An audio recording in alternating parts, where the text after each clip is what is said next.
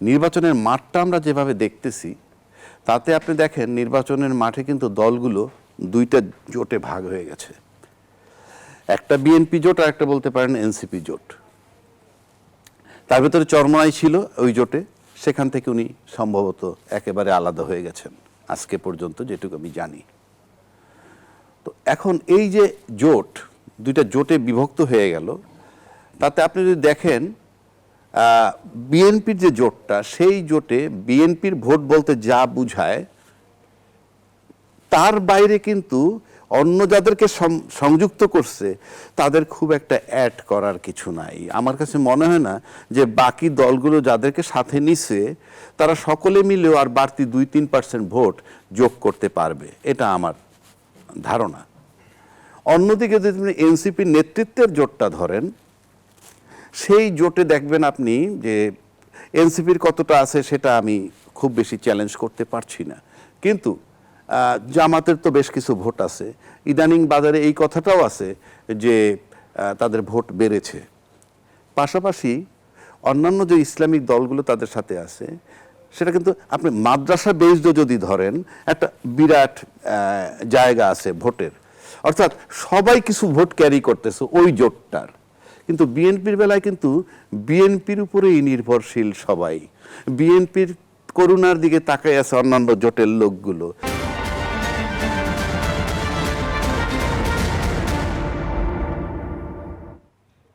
সারা দেশে নির্বাচনী আবহ তৈরি হলেও নির্বাচন ঘিরে বিতর্কের যেন শেষ নেই। এবার নির্বাচন কমিশনের সাম্প্রতিক ভূমিকা নিয়ে সমালোচনা করেছেন বিএনপির চেয়ারম্যান তারেক রহমান। এদিকে বিএনপির স্থায়ী কমিটির সদস্য সালাউদ্দিন আহমদ বলেছেন, নির্বাচন কমিশন ও একটি রাজনৈতিক দল নির্বাচনকে প্রশ্নবিদ্ধ করতে চায়। একটি রাজনৈতিক দল কৌশলে নির্বাচন থেকে সরে যেতে চায়, আমরা তাদের সেই সুযোগ দেব না।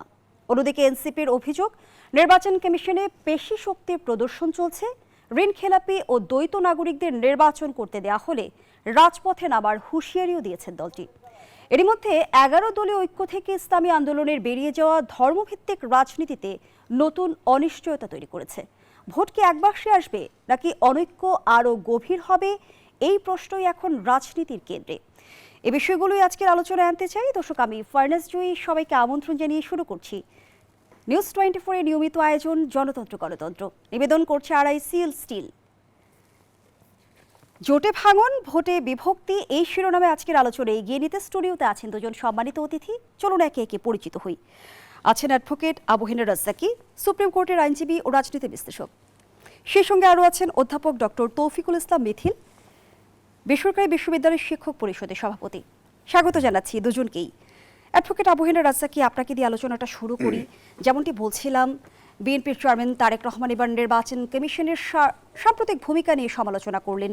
সেই সঙ্গে বিএনপির স্থায়ী কমিটির সদস্য সালাউদ্দিন আহমদ বলেছেন, নির্বাচন কমিশনও একটি রাজনৈতিক দল নির্বাচনকে প্রশ্নবিদ্ধ করতে চায়, একটি রাজনৈতিক দল কৌশলে নির্বাচন থেকে সরে যেতে চায়।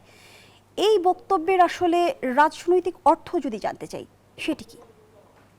ধন্যবাদ আপনাকে এবং আমার শ্রদ্ধাভাজন সমালোচক নিউজ 24 এর দর্শক শ্রোতা।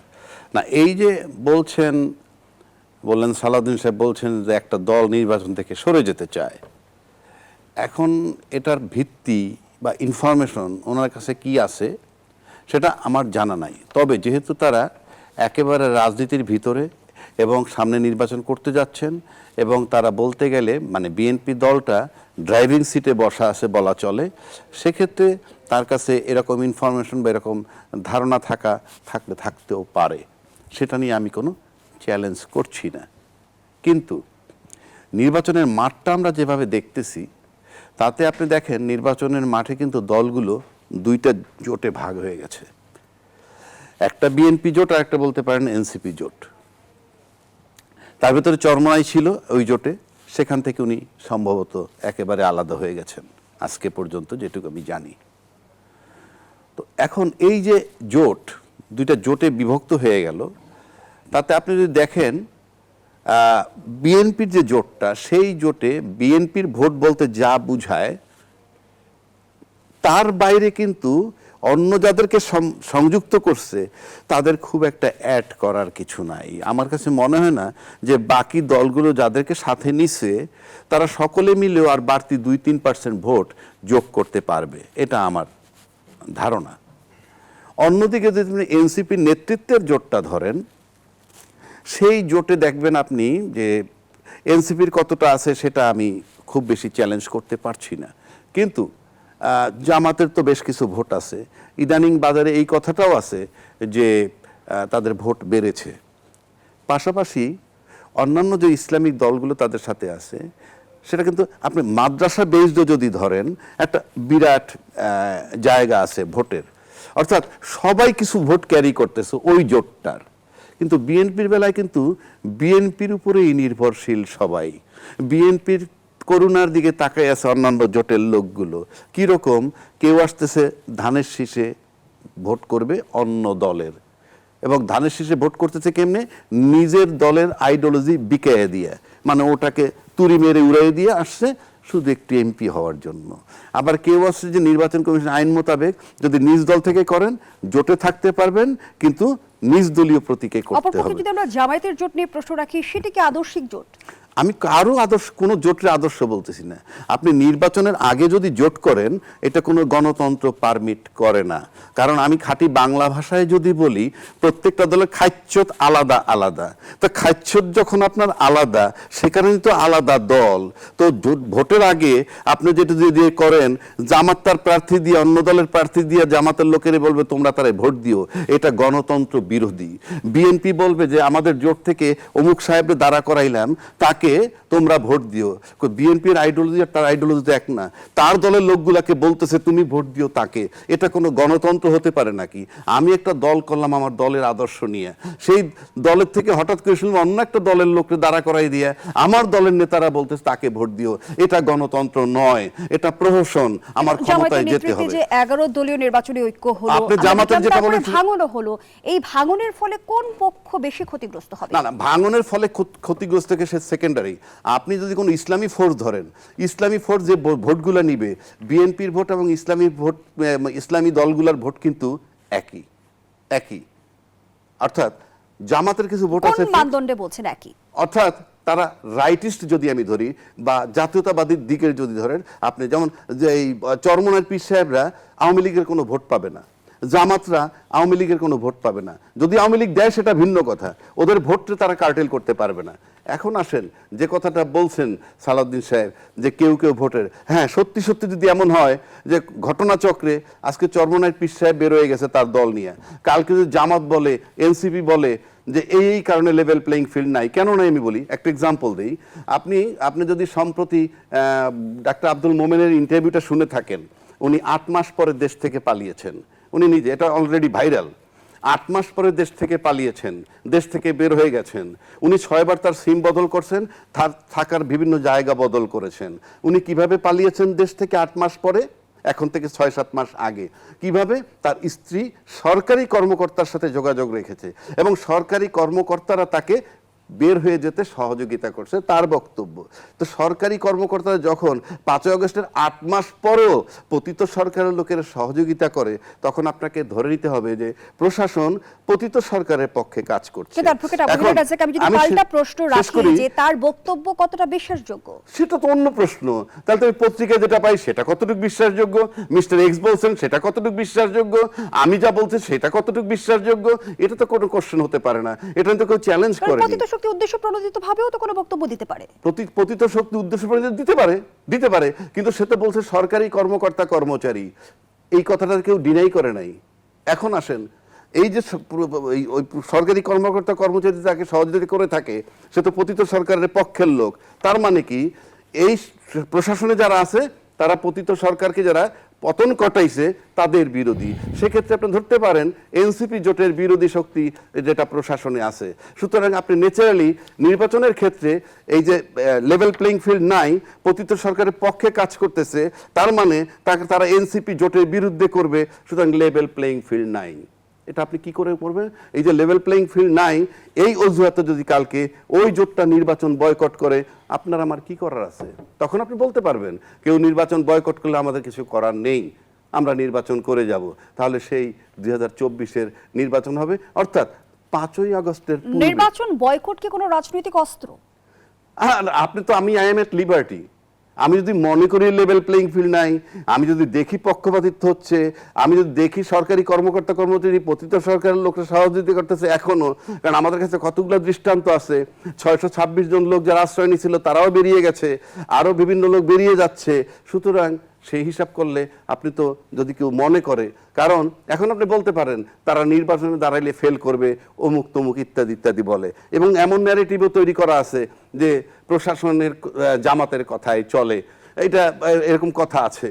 কিন্তু আমরা তো সমাজে থাকি, আকাশে বাতাসে, আমরা তো মাঠে নামি, এগুলো একটা ন্যারেটিভ তৈরি করা, কারণ কোনো কারণে যদি পরিস্থিতি ঘোলাটে হয়ে যায়, একটা ন্যারেটিভ তৈরি করে রাখা। তবে আমার যে কিন্তু নির্বাচন কমিশনের ভূমিকা নিয়ে কিন্তু আমরা পাল্টাপাল্টি অভিযোগ শুনছি। আমরা এনসিপির তরফ থেকে অভিযোগ শুনছি, আমরা বিএনপির তরফ থেকে অভিযোগ শুনছি, আমরা জামায়াত ইসলামীর তরফ থেকে অভিযোগ শুনছি। শুনবেনই তো। নির্বাচন কমিশন কি আদৌ এমন কোনো সিদ্ধান্ত নিয়েছে যেটি রাজনৈতিক দলগুলোর আস্থাকে প্রশ্নবিদ্ধ করছে?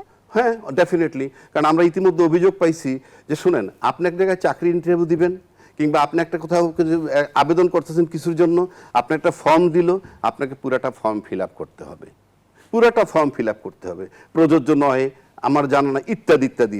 আপনি কোনো কলাম খালি রাখতে পারবেন না। বাংলাদেশের দ্বৈত নাগরিকত্ব নিয়ে কলাম খালি বহু লোকে রেখেছে, এবং তাদের ইয়েগুলা বাতিল হয়নি। এবং এই দ্বৈত নাগরিকত্ব ইস্যুতে শেরপুরের কোন একটা আসন নিয়ে একজন লয়ার রিট করেছিল, তাকে নির্বাচন কমিশন অফিসের সামনে নির্যাতন করা হয়েছে। তো আপনি এই যে দ্বৈত নাগরিকত্বের বিষয়টা ফিল আপ না করে আপনি যখন এটাকে অ্যাপ্রুভাল দিয়ে দিচ্ছেন, এই মুহূর্তে হয়তো আপনারা মনে করতেছেন, যেই মনে করেন যে আমি পাশ করে গেলাম, কিচ্ছু আসে যায় না। কিন্তু আমি বলে রাখতেছি, সময়ের ব্যবধানে কোনো কারণে যদি পরিস্থিতি ঘোলাটে হয়, তাহলে এই যে গ্যাপটা এখন রেখে যাচ্ছেন, এই গ্যাপটাই কিন্তু আপনাদের জন্য অনেক বড় ক্ষতিকারক বিষয়। ধন্যবাদ জানাচ্ছি অ্যাডভোকেট আবু হেডার রাজ্জাকী, অধ্যাপক ডক্টর তৌফিকুল ইসলাম। আসিফ মাহমুদ সজীব ভূঁইয়া যে অভিযোগ করেছে, ইসির রেড লাইন কাল, ঋণ খেলাপি দ্বৈত নাগরিকত্বধারীরা ভোটের সুযোগ পেলে রাজপথে নামার হুঁশিয়ারি দিয়েছেন তিনি। আমরা তো এর আগেও দেখেছি যে রাজনৈতিক দলগুলো কিন্তু ইসির বিরুদ্ধে পাল্টাপাল্টি অভিযোগ করছে। আমরা যদি একটু জানতে চাই যে নির্বাচন সামনে রেখে ইসির প্রতি এই যে আস্থার সংকট, সেই নির্বাচন কতটা গ্রহণযোগ্য হবে, আর এই অভিযোগগুলোকে কেন্দ্র করে কোনো রাজনৈতিক দল যদি নির্বাচন বয়কট করে কিংবা নির্বাচন থেকে পিছিয়ে আসে, জটিল পরিস্থিতির মুখোমুখি হব কি? ধন্যবাদ আপনাকে, এবং ধন্যবাদ সম্মানিত বিজ্ঞ আলোচক।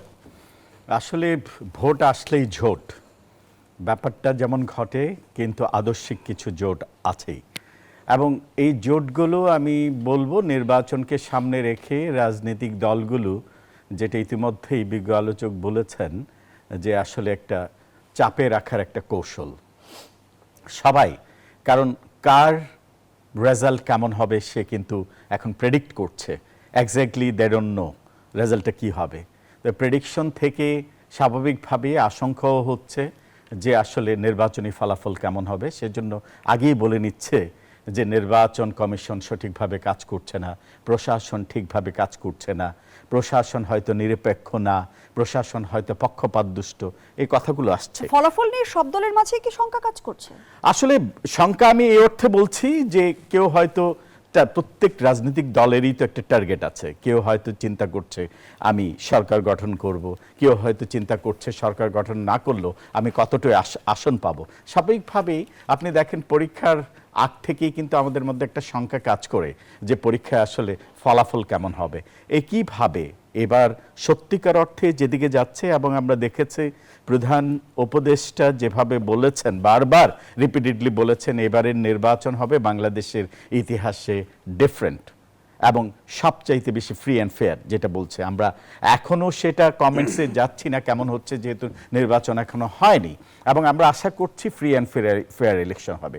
সেটা হলে জনগণ কাকে ভোট দিবে? আপনি দেখেন 91-এ যে নির্বাচনটা হয়েছিল, সেখানে কিন্তু আওয়ামী লীগের একটা রিমার্কস ছিল যে বিএনপি হয়তো 10টার বেশি আসন পাবে না, কিন্তু আমরা 91-এর নির্বাচনের যে ফলাফল দেখেছি, বিএনপি সরকার গঠন করেছে।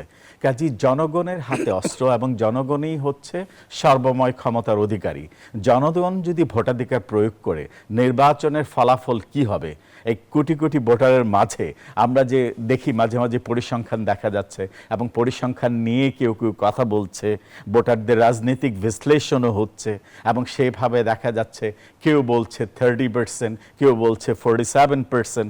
দুটো দলকেই, বিশেষত রাজনৈতিকভাবে এখন সবচাইতে বড় দল হচ্ছে বাংলাদেশ জাতীয়তাবাদী দল বিএনপি, তারপরে যদি ধরেন স্বাভাবিকভাবে জামাতে ইসলামের নামটা আসে। এখন ঘটনা হচ্ছে ভোটের গ্যাপ কত। আপনি যদি পর্যালোচনা করেন 91 থেকে লাস্ট যে ইলেকশনটা হয়েছে, যে ইলেকশনগুলোতে বিএনপি এবং জামাত অংশগ্রহণ করেছে, 91-এর নির্বাচনে আপনি যদি দেখেন সেটা বিএনপির সাথে জামাতের অ্যালায়েন্স ছিল, জামাত 18টি আসন পেয়েছে। এবং তারপরের ইলেকশনটা যদি দেখেন 96-এ, যেটা জামাত বিএনপির অ্যালাই থেকে বের হয়ে আওয়ামী লীগের সাথে সম্পৃক্ত ছিল, 3টি আসন পেয়েছে। তারপরের ইলেকশনে যদি দেখেন আবার জামাত বিএনপির সাথে এসেছে এবং তখন কিন্তু জামাত 28টি আসন পেয়েছে। কাজে প্রেক্ষাপট আপনি দেখেন এবার কিন্তু জামাতের অ্যালাই কিন্তু আলাদা, জামাত কিন্তু বিএনপির সাথে নাই।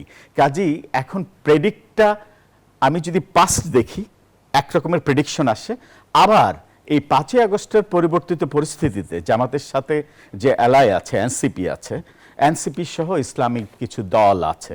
তবে আমি বলবো যে এই জামাতের নেতৃত্বে যে জোট, এটা কিন্তু আদর্শিক জোট আমি বলবো না, কিন্তু বিএনপির সাথে যে জোটটা আপনি দেখেন আদর্শিক কতটা সেটা নিয়ে আমি বিশ্লেষণে যাচ্ছি না। তবে এটা আমি নির্দ্বিধায় বলতে পারি গত 16-17 বছর একসাথে থেকে যারা আন্দোলন সংগ্রামী ছিল ফ্যাসিস্টদের সাথে, এই কমিটমেন্টটা বিএনপি। আপনি বিগত সময়ের সমীকরণ তুলে ধরছিলেন অধ্যাপক ডক্টর তৌফিকুল ইসলাম। ধর্মভিত্তিক রাজনৈতিক দলগুলোর এই মুহূর্তে যে পারস্পরিক অনৈক্য আমরা দেখছি, এটি কি ভোট ব্যাংকে প্রভাব ফেলবে? ত্রয়োদশ নির্বাচনের ক্ষেত্রে যদি আমরা জানতে চাই, প্রশ্নটি রাখছি আপনার কাছে, বিরতির পর বিস্তারিত শুনবো। দর্শক, জনতন্ত্র গণতন্ত্রের এই পর্যায়ে একটা বিরতি নিচ্ছি, সাথেই থাকুন।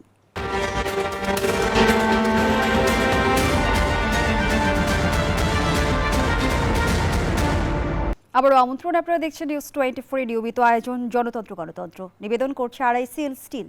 আমরা আবারও ফিরছি আলোচনায়। অধ্যাপক ডক্টর তৌফিকুল ইসলাম, যে প্রশ্নটি রেখে বিরতিতে গিয়েছিলাম, ধর্মভিত্তিক রাজনৈতিক দলগুলোর পারস্পরিক অনৈক্য কি তাদের ভোট ব্যাংকে প্রভাব ফেলবে? ডেফিনেটলি, এটা তো আসলে যখনই জোট ভেঙে যায় সেটার তো একটা ইম্প্যাক্ট থাকেই। তবে আমার কাছে মনে হয় যে চরমনায়ের সাথে যে জামাত এনসিপি জোটের যে অ্যালায়েন্স ছিল, চরমনায়ের যে আপনি যদি দেখেন লাস্ট 15-16 ইয়ার্সের যে হিস্ট্রি, সেটা দেখলে বোঝা যায় যে আসলে ওদের জোট থেকে চলে যাওয়াটা খুব যে বেশি ইম্প্যাক্ট হবে আমার কাছে মনে হয় না।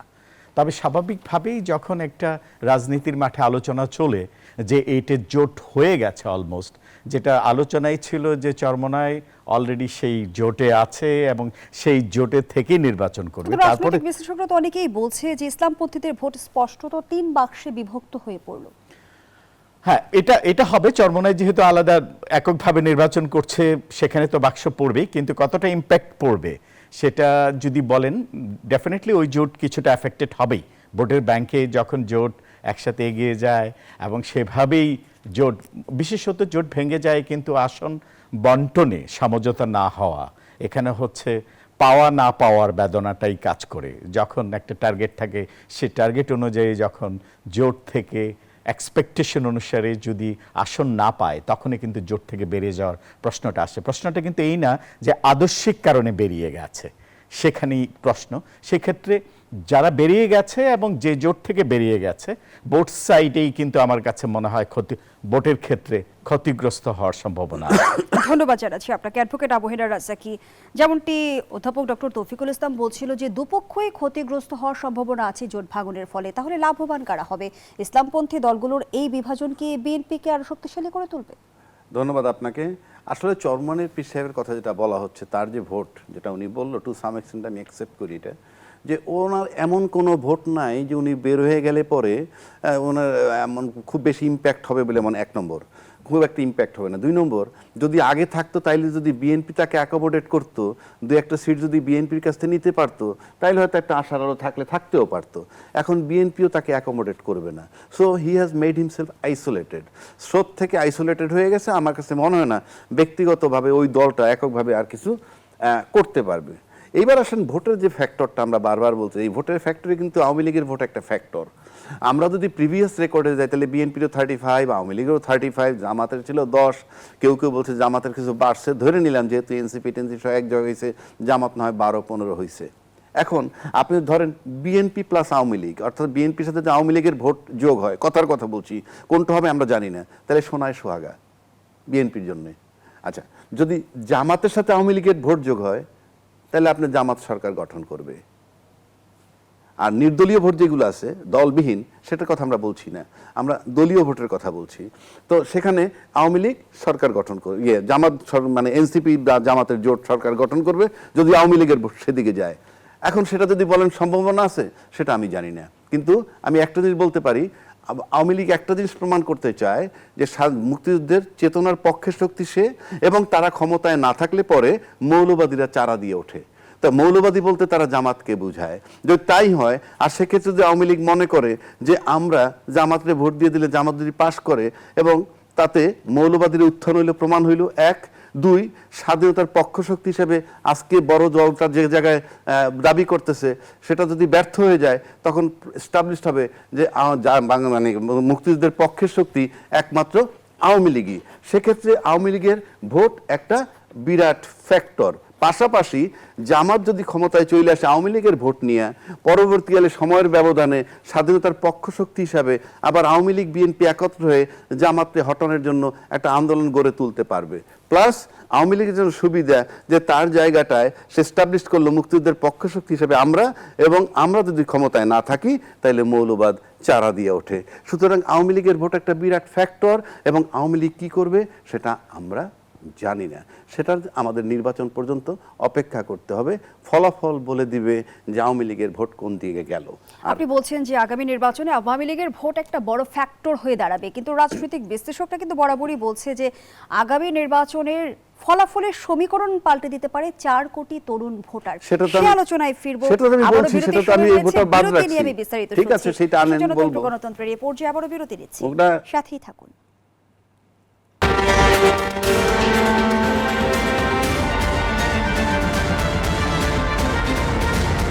ফিরে এলাম, দেখছেন জনতন্ত্র গণতন্ত্র, নিবেদন করছে আরআইসিএল স্টিল। আমরা আবারও ফিরছি আলোচনায়। অ্যাডভোকেট আবু হেলাল রাজ্জাকি, আপনি বলছিলেন বিরতির আগে যে আওয়ামী লীগের সমর্থকদের ভোট নির্বাচনে বড় ফ্যাক্টর হয়ে দাঁড়াবে, কিন্তু বিশ্লেষকরা বলছে যে তরুণ ভোটারদের ভোট নির্বাচনের সমীকরণ পাল্টে দিবে। আসলে কি হবে? ধন্যবাদ আপনাকে। বিশ্লেষকরা বলবে কেন, আমরাও তো বলি 4 কোটি তরুণ voter is a very big factor, কিন্তু আমি বলছি যে তারা ভোটার, যারা দলীয় ভোটার তাদের কথা বলছি, সেখানে আওয়ামী লীগের ভোটার একটা ফ্যাক্টর। এখন কল্পনা করেন আওয়ামী লীগের ভোট নাই, দিলামই না, ধরে নিলাম 4 কোটি ভোটার যে 15 বছরে তৈরি হইল, এদের কাছে একটা দলই পরিচিত ছিল, আওয়ামী লীগ। এবং আওয়ামী লীগের তারা দেখছে একটা স্বৈর শাসক হিসাবে, একটা স্বেচ্ছাচারী দল হিসাবে। শুধু তারা সেখানে তাদের উপরে ত্যক্ত, বিরক্ত। ইন এডিশন তারা মাঠে নাই। তাহলে তারা ভোট দিবে কাকে? তারা ভোট দিবে 5ই আগস্টের পর থেকে যে দলগুলোকে মাঠে দেখছে। সেখানে দেখবে তারা জুলাই চেতনা ধারণ করছে কারা, এত আন্দোলন হইলো সেই জুলাই চেতনা ধারণ করছে কারা। এখন আমি বলবো আমি জুলাই চেতনা ধারণ করি, আপনি বলবেন আপনি করেন, উনি বলবে উনি করেন, এই বিষয়ে কিচ্ছু আসে যায় না। ভোটাররা সিদ্ধান্ত নিবে যে কারা ধারণ করে, সুতরাং ভোট সেদিকে যাবে, 1 নম্বর। 2 নম্বর, আপনি জুলাই আন্দোলনে 1400 লোক মারা গেছে, আমরা এতক্ষণ পর্যন্ত যে রিপোর্ট পেয়েছি, সত্য মিথ্যা পরের কথা, আমাদের কাছে 1400 লোক মারা গেছে। এই 1400 লোকের যারা গার্জিয়ান, বাবা, দাদা, নানা, চাচা যাই থাকুক না কেন, আমি নিশ্চিত করে বলে দিচ্ছি, সে যে দলেরই হোক, সেই দল যদি কোনোভাবে পতিত সরকারের দিকে ঝুঁকে যায় কোনো কারণে, সেই দল এরাও সেই ভোট ওই দলকে দিবে না, কিন্তু মুখে বলবে না। তারপর আসেন যারা আহত হয়েছে 30,000 40,000, তাদের গার্জিয়ান যারা আহত, চাচা হোক দাদা হোক, সে যে দলেরই থাকুক, সেই দল যদি কোনোভাবে পতিত সরকারের পক্ষপাতিত্ব করতে চায়, সেই ভোট তাদেরকে দেবে না। সেক্ষেত্রে আপনি যদি নিরপেক্ষ একটা মোটামুটি সুষ্ঠু ভোটের দিকে আমরা যেতে পারি, তাহলে তরুণ ভোটার একটা বিরাট ফ্যাক্টর। এবং যদি নির্বাচন সুষ্ঠুভাবে কোনো বিশৃঙ্খলা না হয়, আমরা যেটাকে অ্যারেঞ্জ ইলেকশন কিংবা ইঞ্জিনিয়ারিং বলি, এই ধরনের কিছু যদি না হয়, মাঠে হবে হাড্ডাহাড্ডি লড়াই, কে হারে কে জিতে অনিশ্চিত, কনফিডেন্স নিয়ে কেউ থাকতে পারবে না। এবং এটা সাংঘাতিক চিন্তার ব্যাপার এবং টেনশনের ব্যাপার। এই 4 কোটি ভোটার, এই তরুণ যে 4 কোটি ভোটার, এবং এই যে 1400 লোক মারা গেছে এবং 30,000 আহত হয়েছে, তাদের গার্জিয়ানরা যে দলই করুক, যদি তার দল পতিত সরকারের দিকে ঝোঁকে কোনো কারণে, তাহলে ভোট তারা কিন্তু পাবে বলা হচ্ছে যে নির্বাচন সামনে রেখে কৌশলের রাজনীতি অবলম্বন করছে রাজনৈতিক দলগুলো। মুখে আওয়ামী লীগ বিরোধিতা করলেও আওয়ামী লীগের ভোট নিয়ে এক ধরনের মানে পর্দার অন্তরালে টানাটানি চলছে। সেগুলো তো আমি আপনাকে বললামই, পর্দার অন্তরালে টানাটানি করতে পারে, যেটা একটু আগে বললাম। আওয়ামী লীগের যদি বিএনপির সাথে যোগ হয়, সোনায় সোহাগা, জামাতের সাথে যদি যোগ হয়, তাহলে পাশ করবে, সরকার গঠন করবে। আরেকটা বিষয় Very আপনার কাছে simple. জানতে চাই অ্যাডভোকেট আবু হেনা রাজা, কি এখন জামায়াত ইসলামী বলছে যে শরিয়া আইনের দিকে তারা যাবে না ক্ষমতায় গেলে, এটি কি অবস্থান বদল নাকি ভোটের কৌশল? এখন একটা জিনিস দেখেন, তারা তো ইন অ্যাকশন। আমি কোনো দলের পক্ষপাতিত্ব করছি না। জামাত কি করছে? জামাতের একটা পরিচয় ছিল জামাত স্বাধীনতা বিরোধী। জামাতের একটা পরিচয় ছিল যে তারা মা বোনের ইজ্জত নিছে, ইত্যাদি ইত্যাদি, এই ছিল তাদের পরিচয়। কিন্তু সম্প্রতিকালে তাদের পরিচয় কি হয়েছে? জামাতের সাথে যোগ দিল এনসিপি। তার মানে কি, জুলাই চেতনার যে যারা ফ্রন্ট লাইনে ছিল তাদেরকে তারা ধারণ কিন্তু করলো। তারা তো বারবার বলছে এটি আদর্শিক জোট নয়। আদর্শিক হোক না হোক, জোট দিছে তো, আপাতত তো যোগ দিছে, ওইটার সাথে জোট বানাইছে। তারপরে আসেন, সেখানে মুক্তিযোদ্ধাও সম্প্রতিকালে যোগ দিছে দুইজন। আপনি মুখে যাই বলেন না কেন, দুজন মুক্তিযোদ্ধা যোগ দিছে তো। এই মুক্তিযোদ্ধাদের নিয়ে এতদিন তো কোনো কথা ছিল না, এখন যোগ দেওয়ার পরে মুক্তিযোদ্ধাদের বিরুদ্ধে তীব্র সমালোচনা হচ্ছে। তারপরে আসেন, মাইনরিটি কমিউনিটির লোকও তো তারা নমিনেশন দিছে। সুতরাং আপনি যদি এই অ্যাকশনগুলো দেখেন, তাইলে যদি ডাক্তার জামাতের আমির বলে ফেলছেন, কারণ দীর্ঘদিন ধরে 53 বছরের যে এক্সপিরিয়েন্স স্বাধীন বাংলাদেশে দেখছে, এখানে শরীয়ত আইন, মুসলিম আইন বলতে যাবো যায়, এগুলি খায় না, এগুলো ধন্যবাদ চলবে না। জানাচ্ছি। সুতরাং মাঠে থাকতে হলে এখান ধন্যবাদ থেকে জানাচ্ছি শিফট অ্যাডভোকেট করতে আবু হেনা হবে। রাজাকে। অধ্যাপক ডক্টর তৌফিকুল ইসলাম মিথিল, নতুন শক্তির কথা বললেও বর্তমান অন্তর্বর্তীকালীন সরকার উগ্র গোষ্ঠীর কাছে জিম্মি, বর্তমান সরকার নিরপেক্ষ নির্বাচন করতে পারবে কিনা সে প্রশ্ন এসেছে, এমন মন্তব্য করেছেন সিপিডি সম্মানীয় ফেলো দেবপ্রিয় ভট্টাচার্য। কেন এই শঙ্কা? আসলে এটা উনি ওনার বিশ্লেষণ থেকে হয়তো বলেছেন, কিন্তু আমরা খুব আশাবাদী যে একটা সুষ্ঠু নির্বাচনের দিকেই যাচ্ছে। কারণ আমি এই জন্য আশাবাদী, আপনি দেখেন যে এই পরিবর্তিত পরিস্থিতিতে বিশেষত এই তরুণরা গত 3টি নির্বাচনে ভোটাধিকার হারিয়েছে। তাদের মধ্যে ভোট দেওয়ার যে উৎসাহ, অনুপ্রেরণা, যে এবার তারাই তাদের নেতা নির্বাচন করবে। এবং সত্যি যে কথাটা সম্মানিত সহ আলোচক এই কথাটা বলেছেন, যে আসলে আগামী নির্বাচনটা আমার কাছে মনে হয় অনেকটা আনপ্রেডিক্টেবল। এই জন্য বলছি, কারণ গত 3টি নির্বাচনে ভোটাররা ভোটাধিকার প্রয়োগ করতে পারেনি। এবং আমার কাছে মনে হয় এই নতুন মোর দেন 2 লাইনে যদি আমরা শেষ করি, 4 crore যে এই তরুণ ভোটার আছে, এরা কিন্তু এবার ভোট দিতে যাচ্ছে। এবং এদের উপর আপনি, আমার কাছে মনে হয় একদিকে আপনি যদি দেখেন এই জুলাই নিয়ে এদের অবস্থান, এবং পাশাপাশি জুলাই নিয়ে আবার প্রশ্নবিদ্ধ করারও চেষ্টা হয়েছে বিভিন্নভাবে। তৌফিকুল ইসলাম, ধন্যবাদ জানাচ্ছি অ্যাডভোকেট আবু হেনা রাজাকে। আমরা আমাদের আয়োজনের একেবারেই শেষ পর্যায়ে দর্শক এখানেই শেষ করছি জনতন্ত্র গণতন্ত্রের আজকের আয়োজন। ধন্যবাদ এতক্ষণ আমাদের সাথে থাকার জন্য।